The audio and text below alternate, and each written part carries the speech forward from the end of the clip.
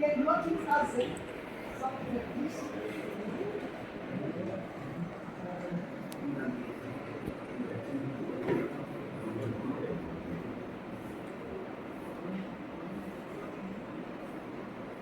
This one is the nozzle. How is it going to operate? At this station, the pressure is high because the area is large. And at this station, the area is low. It means the pressure is low and the velocity is high. So simply, in a nozzle we convert the pressure into high velocity. Pressure into high velocity because we are getting from the high station or large station to the small station where the velocity is going to be high. So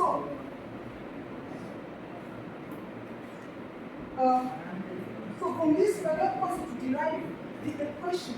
From this is the general equation from this system. So now for a certain application of nozzle limits velocity. So we are going to find the velocity of nozzle. So this one is inlet, this one is outlet, where we're going to get the air velocity. So from this formula, one of these, we're going to now to derive the equation of the nozzle. Just some assumptions. We're dealing with heat. In this case. Alright? So heat in the nozzle, there's no heat. Heat is going to be 0. In the nozzle, we're dealing only with must be velocity and then height. The velocity is going to be 0. And the work, we will not get output as the work.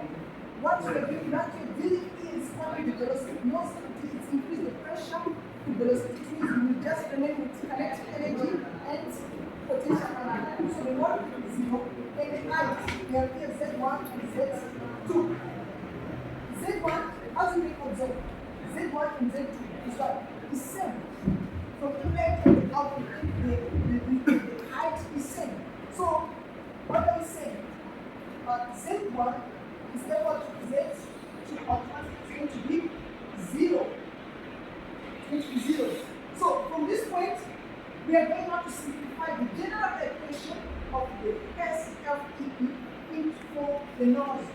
So, just write the general equation that we got, we can say is mass H1 plus C1 squared by 2 plus GZ1 plus Q is equal to mass H2 plus C2 squared by 2 plus GZ2 plus the work.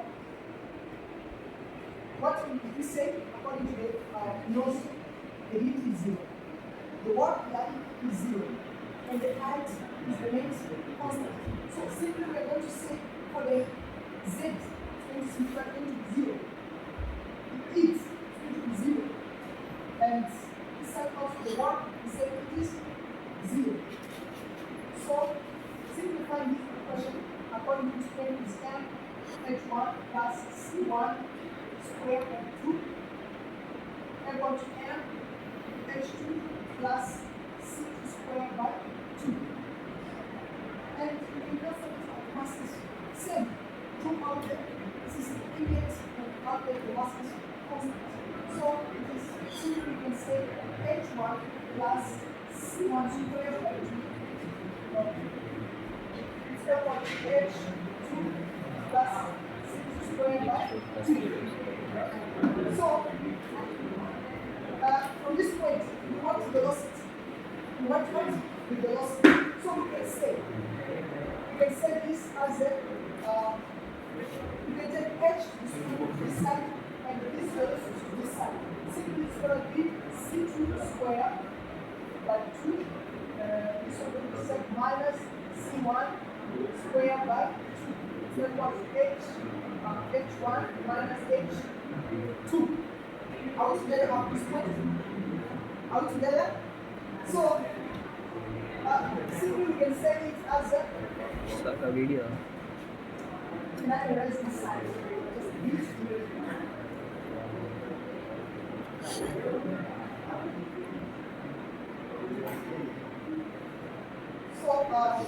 from this point, we can say that C2 square minus C1 square by 2 is equal to H1 minus H2. So, taking 2 to this side, we can say it as C2 square minus C1 square is equal to 2 into H1 minus H2. That's a basic simplification. That's something that we have to take into consideration. We are saying this side velocity is C1. So the area of this is large.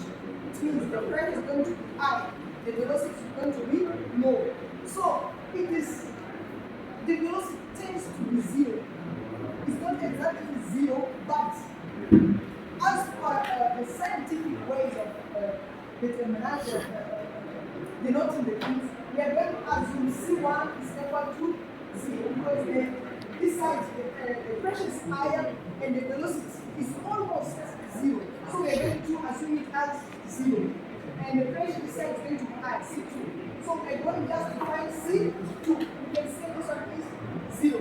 So simply we can say C2 is equal to, this is C2 squared. Square passing the other side is going to be root square of 2H1 minus H2. This is a question of noise. Altogether. It's a question of noise. So now going ahead, one of also another application is going to be applicable to diffuser. Diffuser is nothing but the opposite of nozzle. Nozzle is to say nozzle is converts pressure into higher velocity. But diffuser is going to convert velocity into higher pressure.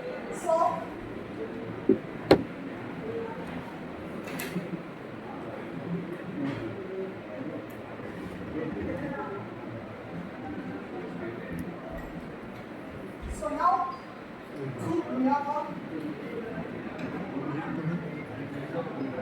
diffuser.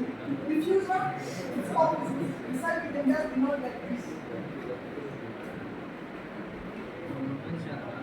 This one is the inlet where the velocity is going to be high because the section is small.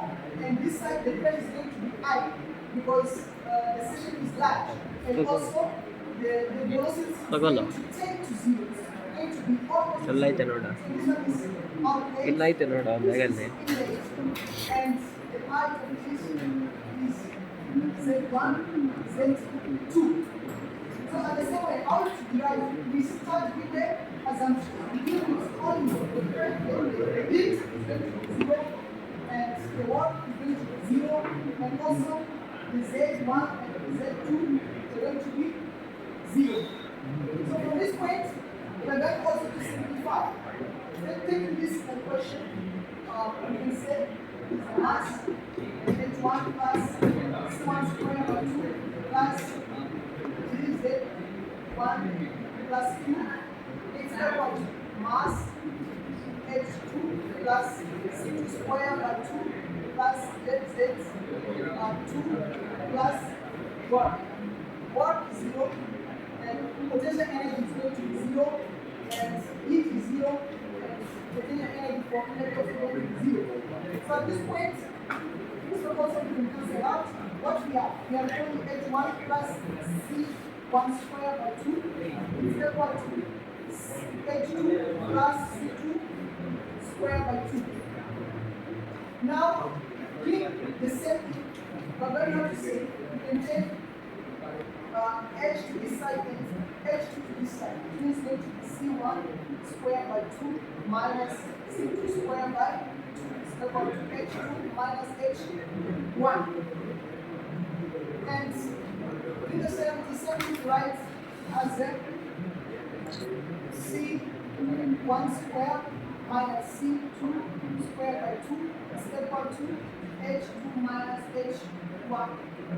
Taking the 2 to this side is going to be C1 square minus C2 square is equal to H2 minus H1. And the same consideration at this side, the section is large. The velocity between C2 is going to be 0. And then when it is C1, this one is C2 C. going to be 0. So we can just say 0, which means we're going to get C1 as the root square of 2H2 minus H1. Alright.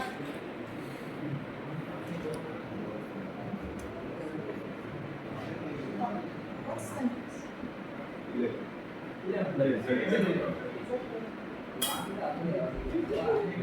Yes, so we got this expression is for we find velocity for nozzle because the outlet the velocity is going to be high. And we find C1 for diffuser because in the inlet the velocity is going to be high. Now let's finish with the boiler. Boiler ಈ ಅವನ್ನ ಮಾಡ್ತಾನೆ ಇದೆಯಲ್ಲ ಈಗ ಬಿಡಲ್ಲ ಇವತ್ತ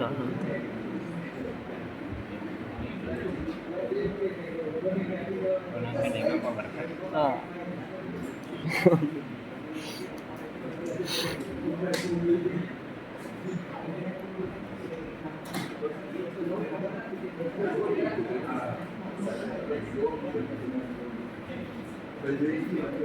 ಇನ್ನು 10 minutes now back to the boiler. After this lecture, the lecture is going.